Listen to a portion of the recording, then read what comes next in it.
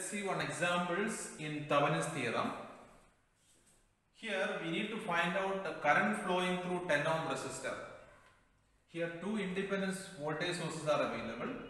Here we need to find out current flowing through this 10 ohm resistor. First step in Thevenin's theorem is remove branch impedance through which current is to be calculated. Here we need to find out current through 10 ohm resistor. So we can remove this branch impedance and mark this terminal as AB. Then second step is we need to calculate Thevenin's equivalent voltage VTH across this terminal, open circuit terminal. How to calculate that one? In order to calculate VTH, let's consider this closed path, that is mesh. So let's consider the current flowing through the circuit as I. Into this mesh we need to write KVL equations. As this voltage is more, let's consider the current as this direction. So this is rise in potential, plus minus. Okay. When we are applying KVL over that mesh, we can write the equations as 20, because this is rise in potential, fall in potential, fall in potential and fall in potential. So 20 minus 50I minus 5I minus 10 is equal to 0. Solving 20 minus 10 is equal to 20I.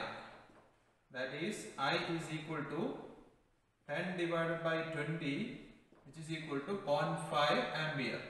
So next step is to find out VTH. VTH is the voltage across this terminal. In order to find out this voltage, we can use this part or this part. So in order to find out VAB, we need to move from B to A and add all the voltages.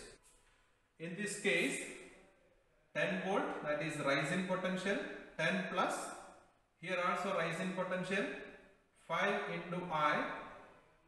So this is VTH, which is equal to 10 plus 5 into what is I? I is equal to 0.5 ampere, which is equal to 12.5 volt.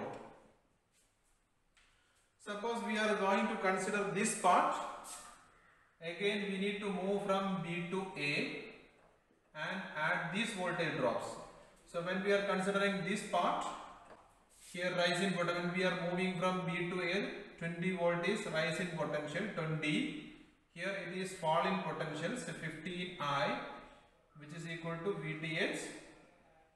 So 20 minus 15 into 0.5, which is equal to 20 minus 15 into 0.5 is 7.5, which is equal to 12.5 volt. So Thevenin's equivalent voltage is obtained as 12.5 volt. Third step is calculate Thevenin's equivalent impedance ZTH. How to obtain Thevenin's equivalent impedance? Thevenin's impedance is the impedance measured from the open circuit terminal while keeping all other sources to 0. So here two voltage sources are there that we can make to 0 by short circuiting. So in order to find out ZTH, we need to consider this circuit. 10 volt we need to short. Then here we can have 5 ohm resistor. Here open circuit terminal is there. This is AB. And here we can have 15 ohm resistor. This voltage source is shorted. So across these two resistors are parallel. So it is just like, so here we can have two open circuit terminals AB. Across these two resistances are connected in parallel.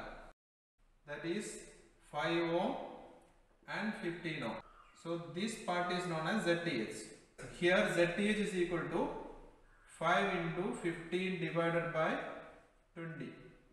That is 5 into 15, 75 by 20, which is equal to 3.75 ohm. So next step is draw the Thevenin's equivalent circuit. Any linear active network with output terminals A and B can be replaced by a voltage source, that is Thevenin's equivalent voltage.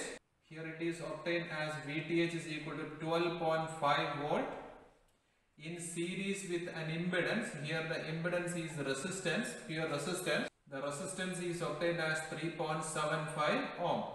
This is the Thevenin's equivalent circuit. The last step is calculate the current through 10 ohm resistor. So for that, let's connect. Earlier we removed one resistor, that we can connect now. Now current is equal to, current through 10 ohm resistor is equal to 12.5 divided by total resistance, that is 10 plus 3.75, which is obtained around 0.909 ampere. So in this way we can solve a network using Thevenin's theorem.